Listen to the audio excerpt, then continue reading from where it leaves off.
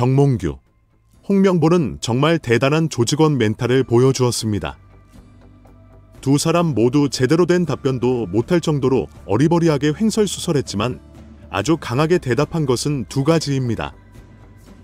하나는 절대 사퇴 거부이고 또 하나는 박주호에 대한 적대감과 비난입니다. 이미 대한축구협회를 소나기에 넣은 정몽규는 여전히 사선여임을 자신했고 홍명보는 한국 축구가 폭망하면 그때에 내려오겠다라고 목소리를 높였습니다. 온갖 편법과 불법이 다 드러났음에도 불구하고 둘 다 사퇴를 거부했습니다. 더 큰 문제는 두 사람 모두 박주호에 대한 강렬한 적대감을 노골적으로 드러낸 것입니다. 정몽규가 축협회장을 하는 이상 박주호의 축구인으로서의 여정이 상당히 피곤해질 것이 확실해진 상황입니다. 홍명보는 입장하면서 고개 숙여 악수를 청하는 박주호의 얼굴을 외면하며 삐딱한 자세로 손만 내밀었습니다. 기자의 카메라에 찍힌 홍명보의 얼굴에는 불편함과 짜증이 덕지덕지 붙어 있었습니다. 홍명보는 자신의 감독 선임 문제가 있었다고 전혀 인정하지 않고 불법을 폭로한 박주호를 원망하는 표정이 역력했습니다. 특히 정몽규는 박주호를 향한 노골적인 비난을 쏟아냈습니다. 정몽규는 범죄 조직의 두목이나 할 법한 협박과 지목 발언을 했습니다. 정몽규의 발언을 들은 축구협회 조직과 친 정몽규 조직원들이 박주호에게 어떤 위해를 가할지 우려되는 발언이었습니다. 범죄 조직의 두목이 청문회에 나와서 박주호를 아주 나쁜 놈으로 지목하는 발언을 한 것입니다.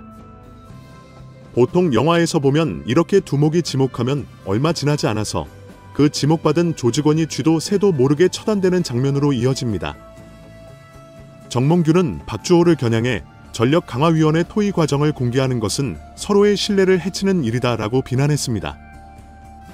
정몽규는 위원들이 본인은 누구를 지지하고 추천했으며 다른 위원은 어떤 일을 선호했다고 공개하는 행위를 지적했습니다. 박주호는 외국인 감독을 구체적으로 지지했고 홍명보 선임 소식을 듣자마자 깜짝 놀라며 어쩐지 국내 축구 감독으로 몰아가는 분위기였다라는 폭로를 했습니다. 결국 박주호의 행태를 아주 구체적으로 지적하면서 그를 아주 나쁜 놈으로 지목한 것입니다. 실제로 축구협회는 박주호의 폭로로 파장이 거세지자 박주호가 비밀 유지 서약을 위반했다며 법적 대응을 예고했지만 비난 여론이 거세지자 결국 대응을 처리했습니다. 그리고 정몽규는 앞으로 더 철저하게 비밀을 지킬 것을 강조했습니다. 정몽규는 전력위원회 회의에서 나온 감독 후보들의 이름이 실시간에 가깝게 언론을 통해 공개됐던 점을 지적했습니다.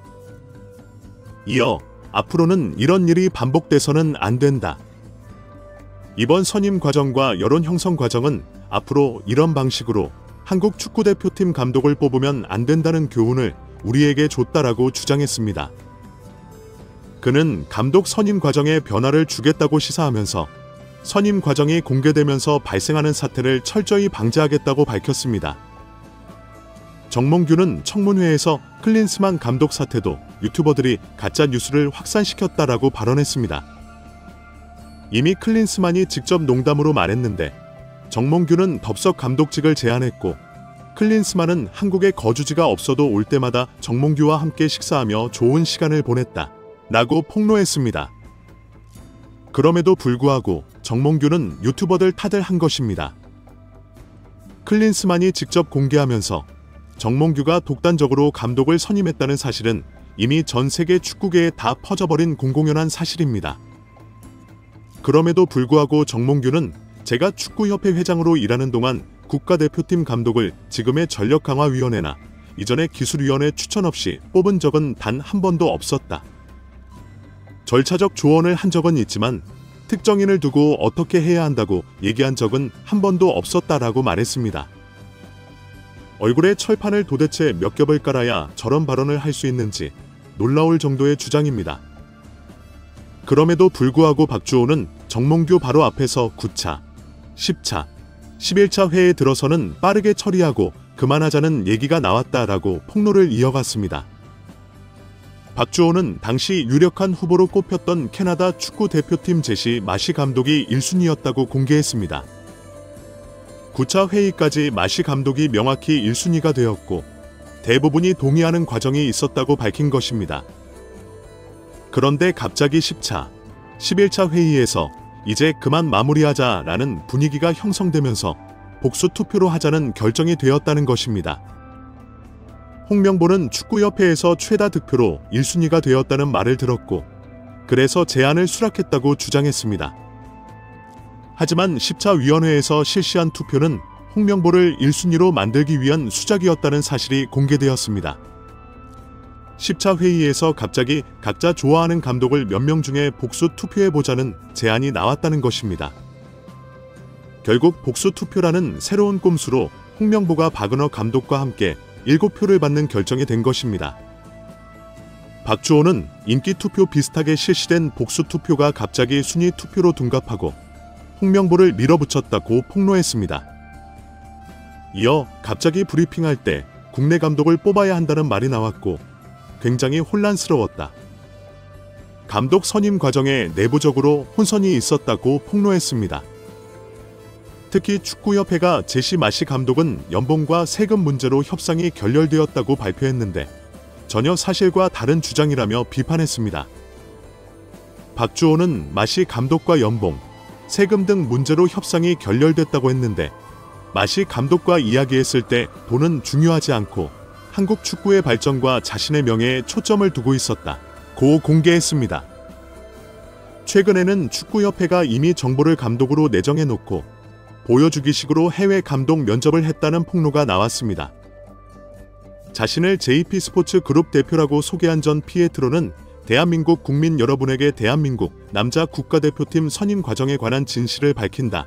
며 에르베 르나르 감독과 축구협회의 면담 과정에서 있었던 불미스러운 일을 공개했습니다. 전 대표는 르나르 감독은 축구협회의 모든 조건을 수용했다. 하지만 협회에 이해할 수 없는 무례한 일처리 방식에 르나르 감독이 크게 분노했다고 밝혔습니다. 전 대표는 르나르 감독은 급여와 생활 조건 등 모든 조건을 수락했음에도 불구하고 협회는 이를 무시했다며 축구협회에 의해 르나르 감독에 대한 허위 사실이 언론을 통해 퍼졌다고 주장했습니다. 이어 마치 이미 정해진 대본이 있었던 것처럼 르나르 감독이 공정한 기회를 받기도 전에 홍명보 감독의 선임이 결정됐다고 비판했습니다. 전 대표는 이임생의 황당한 태도는 외국인 감독에 대해서는 전혀 관심이 없었다고 지적했습니다. 특히 이미 홍명보가 내정되었다고 느낀 것은 아무리 훌륭한 감독들을 추천해도 이임생이 아무런 반응을 보이지 않았다는 것입니다. 이들은 모두 한국 축구의 경험과 전술적 통찰력을 가지고 올 수 있는 능력이 있는 특별한 감독이라는 것입니다. 그럼에도 불구하고 이임생이 제대로 관심조차 보이지 않았고 면담도 하지 않으면서 갑자기 홍명보를 선임했다는 것입니다. 특히 유로 국가대표 우승을 거둔 감독이 연봉 약 9억 원을 제시했는데 거부하고 홍명보에게 더 엄청난 연봉을 지불했다고 지적했습니다. 현재 홍명보의 연봉은 연 30억 원의 3년 계약으로 알려지고 있습니다. 전 대표는 지금 폭로한 것은 빙산의 일각이다. 축구협회에서 나를 고소하거나 협박해도 두렵지 않다. 제발 법적 조치를 취하기를 기다리고 있다고 밝혔습니다. 마지막으로 한국 축구는 제대로 무너져야 새로운 시작이 가능할 것이다. 그래야 한국 축구가 세계를 선도하는 축구로 성장할 것이라고 주장했습니다. 최근 정몽규는 자신의 자서전을 출간하면서 아주 황당한 인식을 자랑스럽게 적어 놓았습니다. 정몽규는 탁구 게이트를 언급하며 클린스만 프로페셔널인 선수들이 대형 사고를 쳤다는 주장을 쏟아냈습니다. 자서전에서 정몽규는 클린스만이 소신이 확고한 최고의 감독이라고 주장했습니다. 제대로 된 절차도 없이 자기가 찜하고 일방적으로 선임한 클린스만을 극찬한 것입니다. 정몽규는 4강 탈락과 탁구 게이트가 결국 클린스만의 프로페셔널리즘을 선수들이 따라가지 못했다고 주장했습니다. 어쩌다가 이렇게 제정신이 아닌 정몽규에게 한국 축구가 넘어갔을까요? 지금은 이런 정몽규의 기획에서 박주호를 지켜야 합니다. 댓글로 생각을 자유롭게 남겨주세요.